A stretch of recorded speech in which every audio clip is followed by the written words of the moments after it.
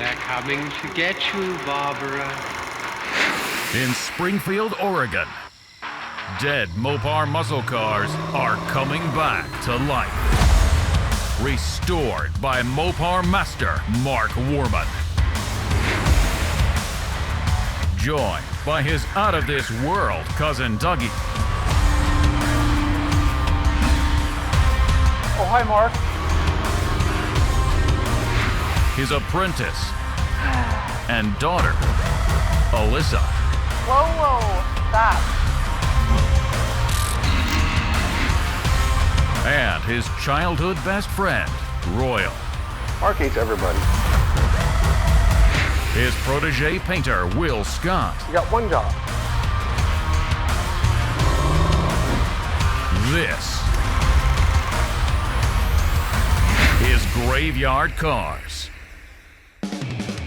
So today we're going to install the exhaust system on the 1969 Daytona. Royal actually stopped by, which is always great, you know, being able to work with him. Awesome. It was All right. so nice to work with such clean stuff. Oh yeah, you know, he doesn't get super sidetracked like, you know, some people, so it's pretty great. All right, so you want to get one side, I'll get the other. We got to kind of maneuver it in between the torsion bars. And one of the things I love about the new systems that we're using, the ECS, is their attention to detail. You see that it has all the right crush zones in it, all the right saddle markings from being in the mandrel bender as it gets formed and shaped. It's made of the original material. The mufflers are date-coded mufflers with the vendor code on them. Same thing for the tailpipes. The higher the dollar of the car and the more accurate that you want it, like a Daytona Charger, this is the perfect system for it. Ah, there you go. one way to skin a Mopar. Take it apart, put it together. Yep. Take it apart, put it together. Now here's the deal. They do a phenomenal job. Cars don't come back. Those are all good things. But watching them work, it should be entertaining, right? I mean, it's a TV show. It's a TV show. Okay, you want me to grab this? You see me out there, I'm doing all kinds of stuff. This is like the variety show. I'm spinning plates. I got a dog dancing in a tutu. I'm trying to entertain you. These guys, it's just morbidly boring. Yep.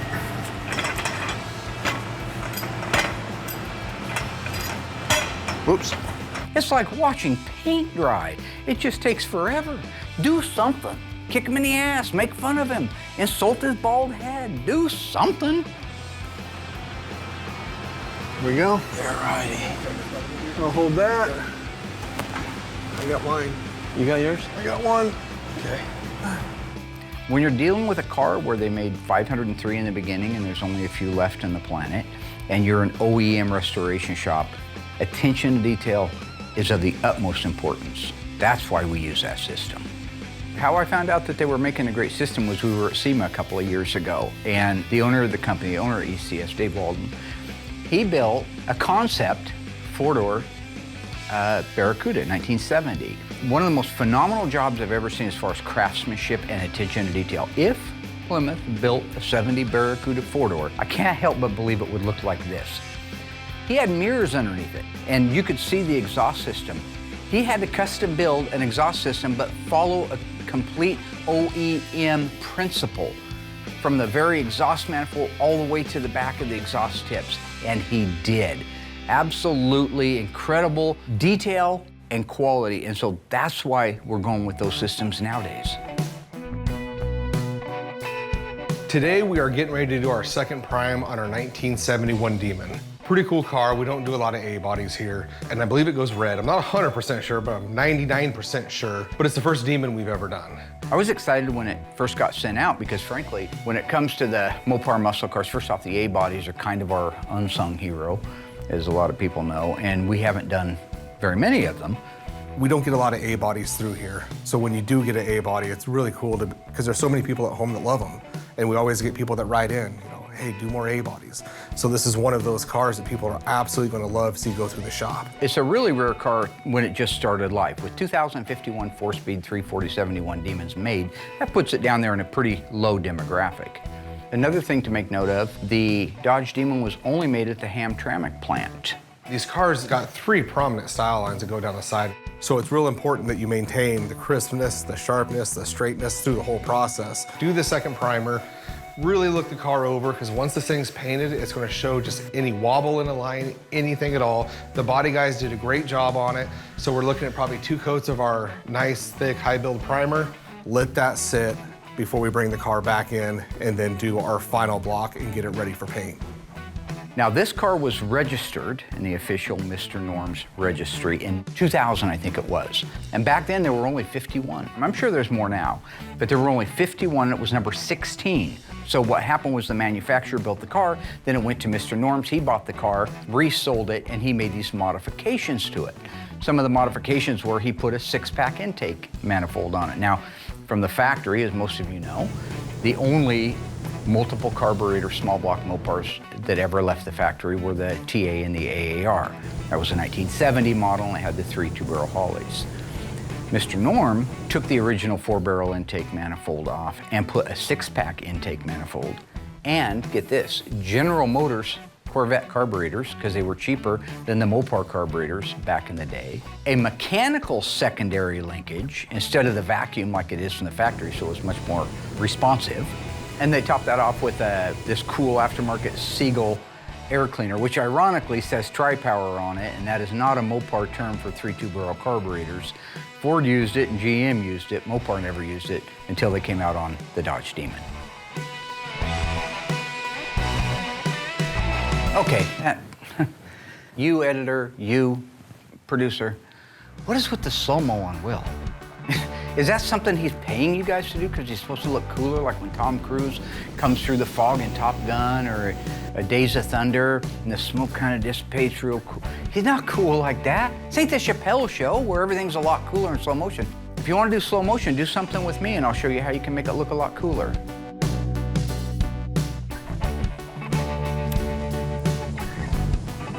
I honestly have not seen another muscle car come through here with the documentation this car has. And when it's sold at Mr. Norm's and you have the original window sticker from Dodge, the original window sticker from Mr. Norm's, the broadcast sheet, the key tag numbers, every piece of documentation that car had, right down to how much money they put down on it when they bought it, is in the file.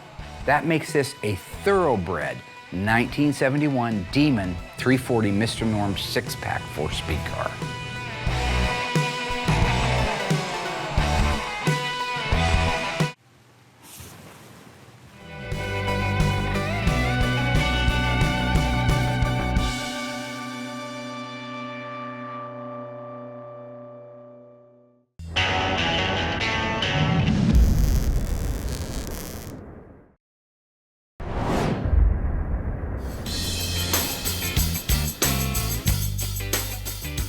All right, want to move on to the mufflers?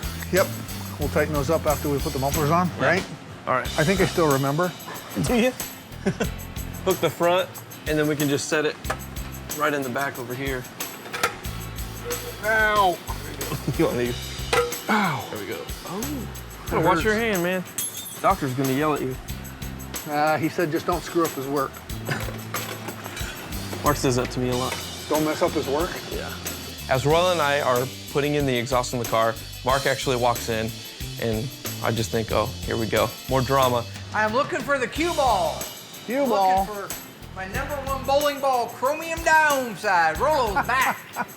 Rolo is Thanks, back. buddy. You know, he points out the exhaust, and, you know, he thought it looked great and beautiful. God, that's a nice system. And then he started with the story saying Royal ratted him out to the police. I was just telling Dougie about the time you ratted me out to the cops. What? Yeah. Ratted you? I never ratted you out, buddy. That, sir, is absurd. What I is just said it was some guy had a motorcycle on 14th Street. Doing what?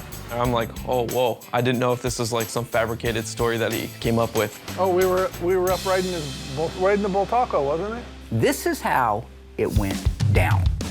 It's about 1976. I've got a Bull Taco 125 Persang. I was 14 years old, I wasn't old enough to drive legally on the street, so I'd hop the alleys all the way down to 5th Street, and then 5th down to the old mill, and then up the hill I'd ride. Well, Bultaco 125 Persing is about the loudest bike on the planet.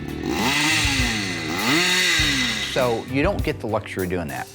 I wanted to go riding with Royal. I said, meet me at the top of South 4th Street.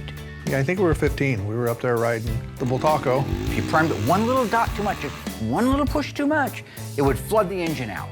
So I says to Royal, I'm going to coast start it. You get coasting down South 4th, it's a steep hill, so you got plenty of momentum. You come down on that seat, at the same time you pop that clutch. It's like popping a clutch in a car, right? Right before I make the final turnaround in the road to come back up, I see a cop. I see the cop, I make a split decision, up the hill. Cop started coming up the road, so he goes, Royal, don't say anything, I'll be back.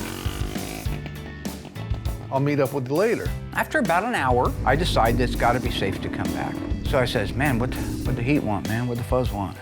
So I started walking down the hill, and cop stopped me and says, hey, what's your buddy? I said, he's not my buddy. I don't know him, he just had a motorcycle for sale. All I did is tell him that he lived on 14th Street somewhere. No, that was the reason I ran. How do you pick a guy out of 3-mile long stretch of road? He didn't tell my last name, of course. Although you can't miss his. First name and last name, what else you tell him? Your phone number? Yeah. So the cop just took my name, that was it, left. Did you happen to get a chance to give him my address? Yeah, he wanted to know where it was, 640 North 14th Street. Did they ever show up on your front door? Yes, they called my house. No, they didn't. My mother got a phone call from the Springfield Police Department reciting that I ran from them. I didn't give him anybody's You phone rat number. fink. You gave me my phone number. You gave me my social security number. How would I get his first social security number? As you were, gentlemen. As you remember it. Yeah, as I remember it, is based in fact and history. Turns out there's some truth to it, but you know, you can never really get the true story. I'll have to talk to Royal later. I never ratted him out to the cops. Okay, well, you enjoy yourselves. Have fun putting that system on. You're doing a great job. You rat. He ran from the police. I talked to him. I had to stand there and make up a story on the fly. I'm not as full of crap as Mark is. I can't think that fast. I'm gonna have to side with Royal on this one. He seems like a pretty reliable guy. Oh, this is going really quick. Oh yeah, I love these systems. There's such awkwardness and dead silence whenever Royal's involved in something, or Dougie, or Justin, or anybody but me. And Grammy prints all over it. Like I said before, the mama jokes, you know, come up with a few of those. If you don't have those, do some knock-knock jokes. Hey, Jimmy Gum, you're knock-knock. You're Clarice, don't you know that? You're knocking on my door. She comes in, she sees a butterfly and starts popping off caps at people. Next thing you know, Jimmy Gum dead in the basement. And what is the question again now? So Royal and I got the exhaust in the car. I can't get that right there. It went pretty smooth. We had a couple hiccups here and there. How come everything I do is difficult? Yours goes right in. There we go. Going? Yeah. Yeah, you're in there.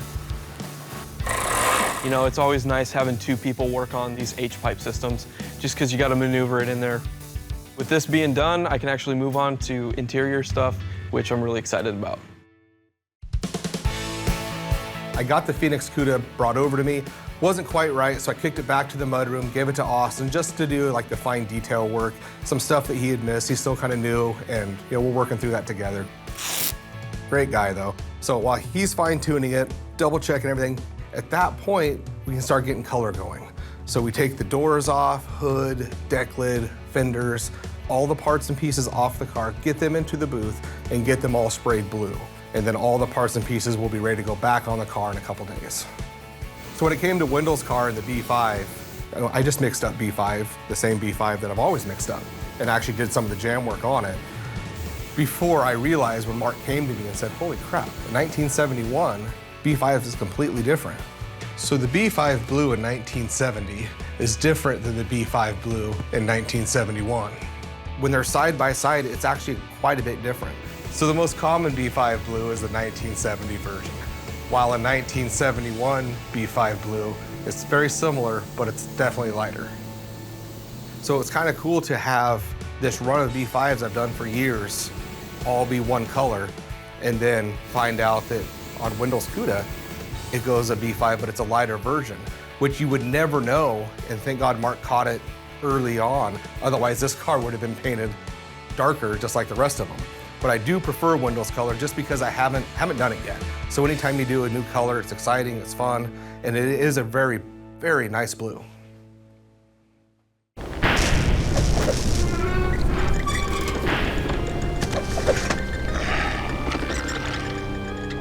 From the Graveyard Carz Season 5 vault, this 1970 Cuda 340 automatic, loaded, one of only one Carz was restored. It had a rear spoiler.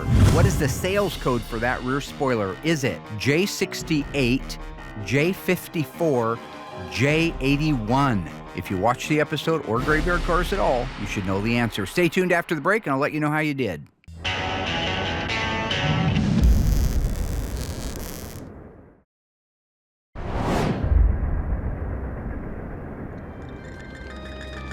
All right, folks, on our super rare, super loaded 1970 Cuda 340 automatic Tour Red, what is the sales code for that cool rear spoiler that does appear on the fender tag, by the way? If you guessed J81, you were right. Good job, you paid attention. Sales codes J68 are for the rear window louvers, backlight louvers, super, super rare option. J54 was the bulge hood that they called out on the LA Carz. This car also featured a black hockey stick stripe, V6X. It was Tour Red, EV2. It had bucket seats, C55, and a center console, C16. Not to mention it was a rally instrument cluster with the 8,000 RPM TAC, sales code A62. Occasionally, Mark drags me out of the shop and says, "Hey, Doug, we got to go. I found another car." And it's always fun to get out of the shop, go on a field trip, Mark and I, in the rollback, you know, and he always likes to distract me, taking his phone and filming me while I'm driving. Sometimes we pick up cars locally, just half hour from here or something like that, and other times we have to drive a couple hours or more to go find a car.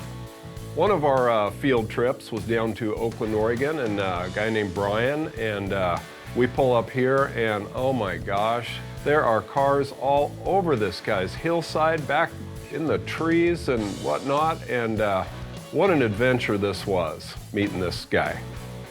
It used to be I would cruise around all the back roads when I was growing up and looking for old Mopars. That's how I found my 70 Charger. But these days with the internet, those days are gone. So for me to be able to get out of the shop, go down and see my friend and check out the rest of his cars, I think it's just a fun day. Testing, testing. My name is Brian Renfro. I'm selling a 1969 Charger RT 444-speed track pack car to Mark today. So I've been trying to buy this little 69 Charger RT from the first time I saw it. A friend of mine down in Oakland, Oregon had that car. He's got a bunch of cars, but this was the one I really have been hounding him to sell me. I did buy the car from a friend a number of years ago and did a bunch of work to it, drove it for a little while, had a good time with it, and then one thing led to another and I had to basically park everything, so it's been sitting for a number of years. So one thing about Brian is he's got quite a few acres in a very hard to find area. You got the tag in the house, right? Yes, sir, yeah. I do. I got a picture of it. All right. These cars, all of them, you would never see them from the highway, period. They're hidden. And there are still places around the country like that. There just aren't a lot of them left in Oregon. Pretty solid, pretty clean. Doesn't look like it was ever stuffed. Rails look nice. Where'd this car come out of, Brian? If I recall, it came from Sweet Home originally. Oh. So I suspect that the original engine probably ended up at the Albany swap meet. So this little Charger is a real-life XS29L car. That means that it's an RT and that it's a 440 Magnum. It's a D21, which is the call-out for the 4-speed. But you got the numbers transmission, has a busted ear on the thing. It's over here. Okay. The one thing I did manage to save. That's great. Yeah. That happens. It's actually a pretty well optioned little car. Now, it doesn't have everything a guy might want in one, but it does have the more important things in it. So like the N85, the factory tachometer. Is this a factory N85 car? I can't remember. I don't. I think so. Is it a tack car? Oh, good. It is a tack car, yes. Is it an AM FM? No. Somebody added an AM FM radio to the car. It's a factory AM FM, but it's not the one that started life in that car. The car is coded for an R11, which is an AM only radio. So I'll put one of those back in it, and I'll have that in inventory for somebody who does have that option.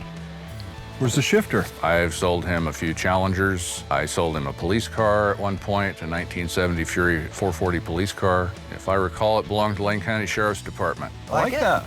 Headliner's decent. It has the L31 turn signal indicators. It is a bucket seat car. That's really cool. Hey, Mark, there's the shifter. I had to make it fit. Well, this doesn't look very factory to me. No, it's not. Oh. Which is why I had to make it fit. Yeah, I like it though. Oh, that looks familiar. Yeah. It was never quite in the right spot because you would bust your knuckles on the dash Yep. when you shifted it hard. Yep. Oh yeah, that's the way they were. Pistol grips were even worse. Uh-huh. Get all your knuckles, Hand huh? it to this guy in the back, and he would shift it into third gear for you. Uh-huh, yeah. Yeah. This is an A33 car, so it uses the 354 Dana behind the 4-speed. You either got the A33 or the A34 behind a 444 speed in that year car anyway. Got a little bit of rust right here. Depends how it is when it comes out of the dipper. You know, sometimes you can just put a small piece in right here. Sometimes you got to put the quarter on. The AMD quarters are good if you put them on all the way up and you pre-fit everything like you're supposed to. Rear body panel has a little crusties in it. That's okay. These factory welds up here, Mark? Yeah, I think so. There's two things on that car that are disappointing to me. The original engine's gone. It's not the end of the world, but it does affect the end value of these cars. The other thing is it's not coded for a stripe. It's actually stripe delete. So that means it didn't get the cool Bumblebee stripe that it could have got. Instead, it has the badges that call out RT on each quarter panel. I don't know if you remember Dan Perkins or not, but Yeah. I got this from him. Oh, Yeah. I bought that 70 Charger from him. Yeah. That burnt orange black top car. Yeah. Well, we got some more Mopars to look at, I guess. Sure. All right.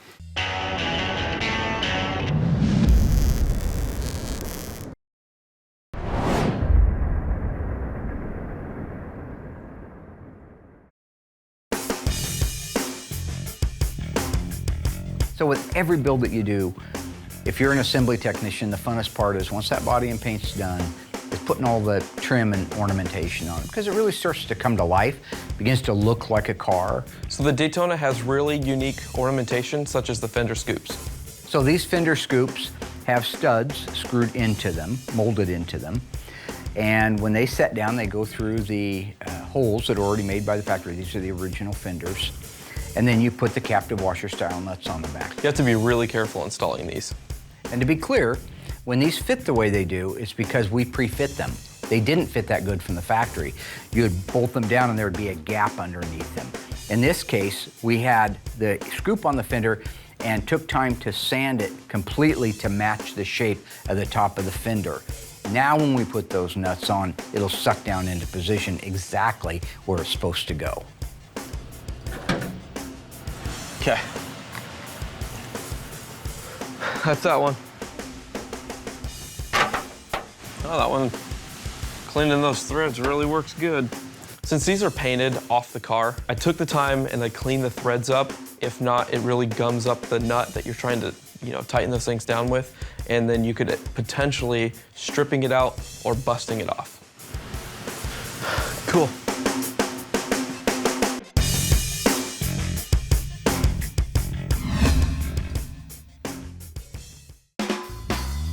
Well, let's go take a look at this glorious collection. 72 Challenger. 72 Challenger Rally. Rally 340 automatic numbers matching.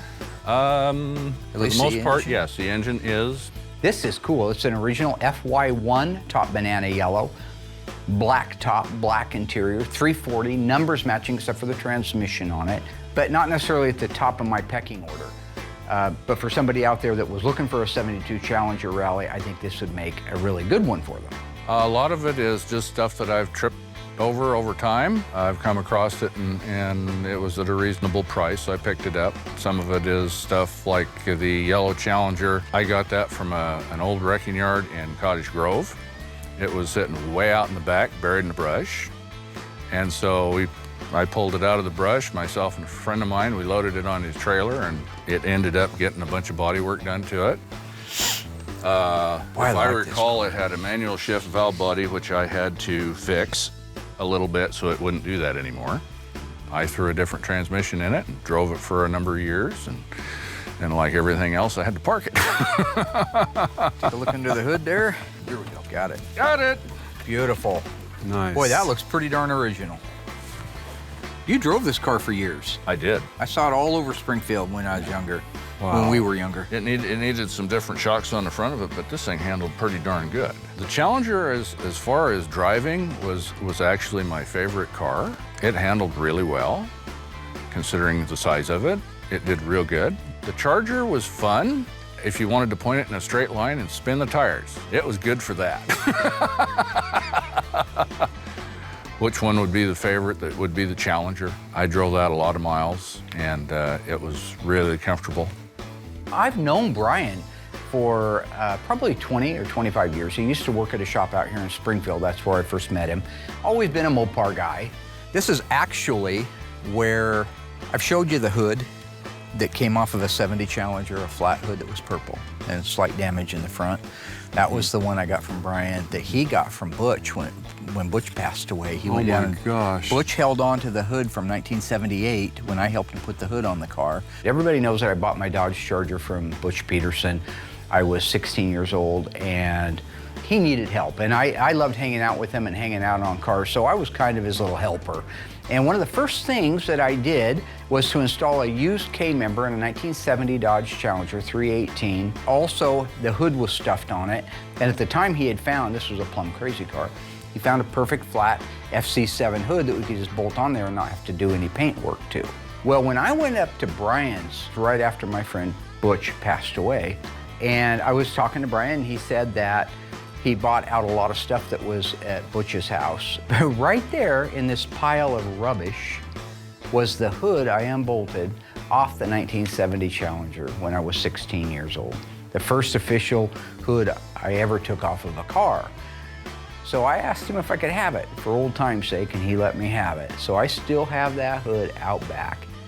The car that jumped out at me is the 71 Fury, four-door, white, 318, and I have bought some cars from him over the years. I bought a 70 Fury police car. It was a real PK car. Is it a PK car or? No, oh, it's a 318 car. It's not a police car issue, which with the first two letters of the vehicle identification number would be PK. Oddly enough, PK is the police edition, so. You know, it's always fun for me to be able to take somebody like Brian, who's got a heart of gold, everybody loves Brian, and then throw him in front of a camera because they don't really want to be in front of the camera. They're doing me a solid. yes. Oddly enough, the police car that I sold you, Yeah. this came into the tow yard a friend of mine worked at 2 months later. Wooden Scots was it? It's funny because we all have tics, right? Me, I can't stop bragging. I guess that's a tic. Dougie, he dummies up and just starts repeating himself over and over again. I have a lot of nervous tics. I don't know that dummying up is all of them. Brian's a nervous laugher. I love you, Brian, but it's just some nervous laughing, man. This would be a good car to build into a tribute car. It's solid, it's all original, it's in good shape, it has everything on it that it started life with, so to convert that to look like a squad car would not be that difficult.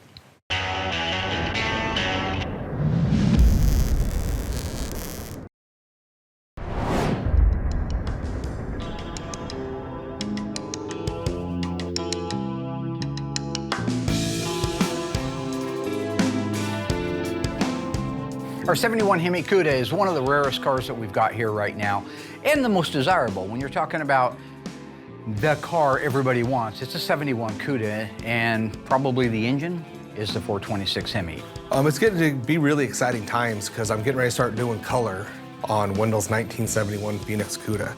It's a great client, and when you're doing these cars, for someone as appreciative as he is, it makes it even that much more exciting. This was his baby, keep that in mind. It's 20 years ago that this car caught on fire. And the fact the car blew up, and then here we are, getting ready to start putting color on it already.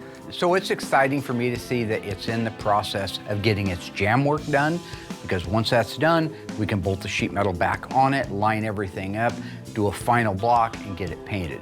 Now the process really will speed up. Hopefully, as soon as he is done with it, we can move quickly to get its suspension underneath it so we can have the headliner put in it, bring it back over here, and do the final assembly.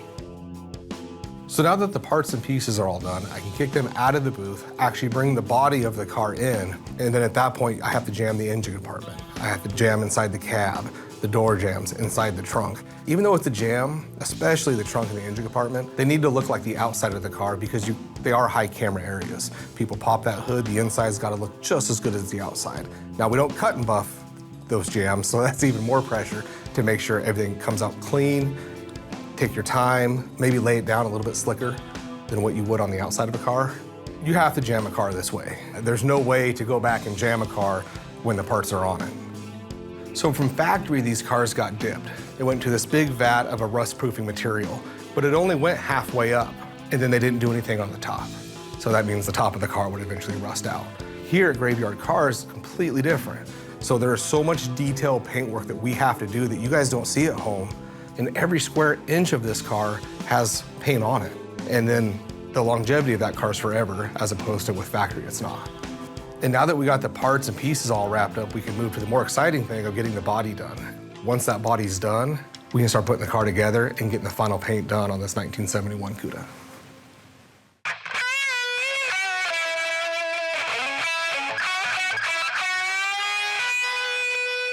Since the Daytona actually has the add-on with the nose cone, it doesn't have the latch. It's got no vertical support for the latch. So the only thing that keeps this hood down is the hood pins. So they actually have to be down enough to keep the hood in line with the fenders and the nose cone to keep it down. So it's a little bit more of a process actually putting these on, lining them up, making sure they look really good because they got to keep it down. I say actually a lot, don't I? I really have to be careful while mounting these. If the screwdriver slips or you got to re-drill those holes, if something slips and scrapes the top of that hood, it's got to go back for body work and repaint. You got to be careful that you also don't over tighten the screws or else you're going to see wrinkles in the tops of the hood as well. One thing to make note of on the Daytona is the side markers that you see are not actual side markers, they're reflectors. And we have to paint them the same color as the stripe. So if this car had a white stripe on the back of it, like Tom Partridge's car, we'd have to paint those housings white. In this case, we painted them black. So I just got done installing the side marker lights and everything turned out really nice. You got gophers? I got moles. I don't think I'd call them gophers. Oh, smart. I don't live in the country, I live in the city. So I don't know the difference between a gopher and a mole. In all practicality, they're probably the same creature. I don't know why there would be two different ones. Well, one's bigger, right? A gopher's a lot bigger than a mole. Oh, wow, 60. This is your 67. Yes. Barracuda 383 automatic, one of 98. How many? One of 749 made.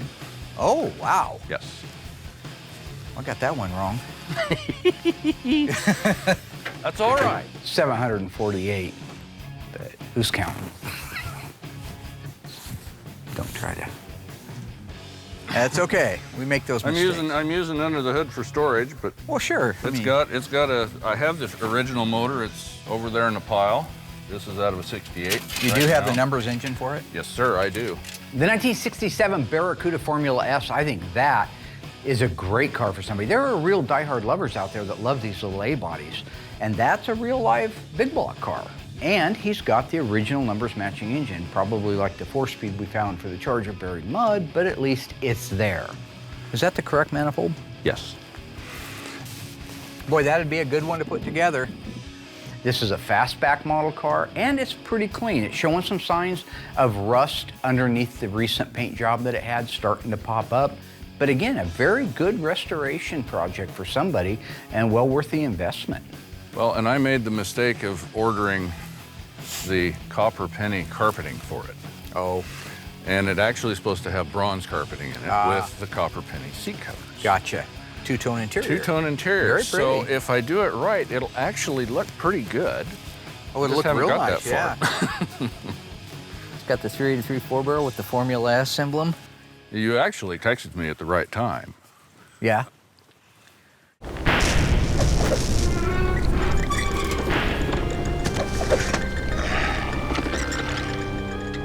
Back in season 5, we restored this beautiful, one of only one, Tor Red 1970 Cuda.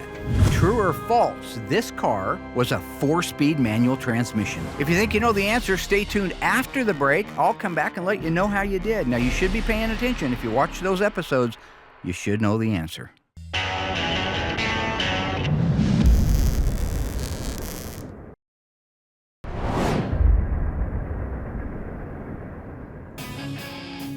You actually called or texted me at the right time.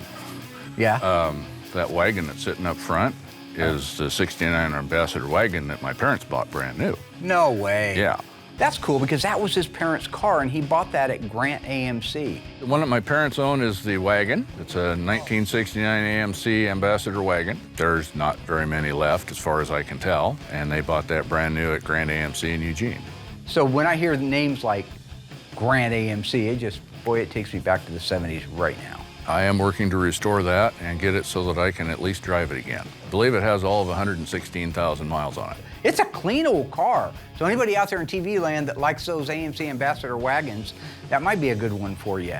344-speed Tor Red, huh? Mm-hmm. Yeah. So some of the cars that I think are still worthy of salvaging, one is a car I've known about for many, many years. It's a 1970 Duster.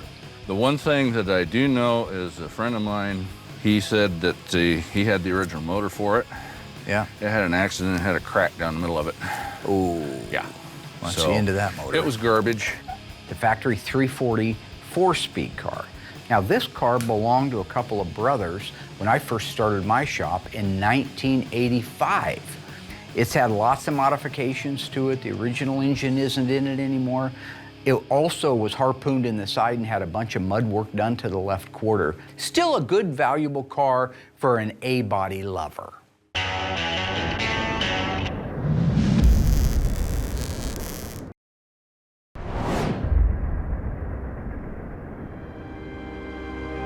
All right, folks, how did we do on that one? Our 1970 Cuda, one of only one with all of the options this one had. 340 Tor Red. Was it a 4-speed manual transmission or an automatic? If you guessed false, you are absolutely correct. This car was an automatic transmission. 340 automatic. But just a few things to add to that it had from the factory on the fender tag. A62 Rally Instrument Cluster, G36 Color Keyed Dual Outside Racing Mirrors, V1X Black Vinyl Top, J68 Rear Window Louvers, J81 Rear Spoiler, and V6X Hockey Stick. That's a loaded car. So today I'm getting ready to put in the sound dampener in Tony's 1970 Challenger. It's going to look great. One thing that I just would like to get cleared up, because we oftentimes take a little bit of heat in the social media, sometimes deservedly so, not always. And in this particular case, it's talking about Cindy D'Agostino's 70 Challenger. This is the one that Tony bought for his wife that we're just finishing up the restoration on. You'll see us adding a sound deadener product to this. From the factory, it didn't have that, I agree. But when it comes to driving a car, which Tony has done his whole life, he's owned the best Mopars on the planet, still does. He knows what it's like to have a car that rattles, or the heat that can boil up inside there. So putting a sound deadener in a car, as long as it's underneath things like seats and door panels and carpet and consoles, so you can't see it, then it's a winner for me. He's taken several liberties on this car. Originally, it had the V3X bumper guard down the side of it, the rub strip that went down the side. That's not attractive, so he didn't want to keep that. It was a black top car. He put a white vinyl top on it, put a white longitudinal stripe on it, and went with a full white interior on it. But that's because it's Cindy's car, and I'll always say the same thing. Keep it original from the standpoint of things you can't change. Don't get rid of that engine, don't get rid of that transmission, don't cut numbers off that need to be there. But if tomorrow somebody bought the car, wouldn't even cost very much, and you could put the car exactly back the way it was on the assembly line according to the fender tag. Now that I got the sound dampener in, I'm ready to install a carpet. This carpet is awesome because it comes flat, shipped in a box, not rolled up really tight, left in a box for however many months. So I can pull that out of the box, just set it in the car, steam it out really quick, make my cuts, and it's done. And now that the carpet is installed, I can build out the rest of the interior. They're everywhere. Boy, they are. Everywhere. They are. Yeah, they are. Is this a 70 or 71? I think it's a 71. Yes, sir. Yeah. 440 non-HP. Non-HP. The other car that was really notable was this beautiful blue 1971 Chrysler four-door. There's the L31s, Doug. You like L31s, don't you? I do. The L31 is the only sales code that Dougie remembers because his 70 Barracuda Grand Coupe had them. So the code for fender blinker indicators is L31. That's a neat looking indicator. Uh-huh. You see how low profile that is? Yeah. So to this day, the only sales code he knows is L31. I had them on my car, so that's how I know what they are. Do you know any other code? No. It would be interesting. Look at the transmission hump inside. Is it flat? Oh, yeah. It's got your favorite little cassette player on it. Yeah. Yeah? You buy the car just for that. I would. I love the seats. That's cool. Look at that. Yeah. Car. It's a nice old car. This would make Alyssa a great driver. This would be an incredible driver for somebody who didn't have to have a muscle car, but wanted to cruise in the 70s in style. Got the cool interior. Dual armrest. That is so I cool. don't think I've seen an interior like that. No, I haven't either. No, you got to get into the Chryslers to get this type of material. The interior on this car is amazing. It's actually in really good shape. It's a velour, it looks like, type of insert with a really unique pattern to it. It's blue like the outside of the car. It's loaded with really neat options. It's got power windows, telescoping and tilt steering wheel, which is a really cool option. Makes it very, very comfortable. And it's the R36 AM/FM cassette player from the factory. Okay. A real freeway cruiser. That trailer hitch. Oh, that's a Vintage trailer good one. hitch. That'll pull our trailer. At the end of the day, it was a fantastic trip. I got to see some really cool cars, some I've seen before, some I haven't. The Charger that I sold him, when he contacted me, I went out and looked at the car and had decided it was time to send it to a good home. The amount of rust and various things in it were starting to get worse, and I knew that if I didn't get rid of it pretty quick and send it to a good home, then there wouldn't be anything left to fix. I know he'll do a good job fixing it up, and I told him, I said, when you get it done, I want to ride.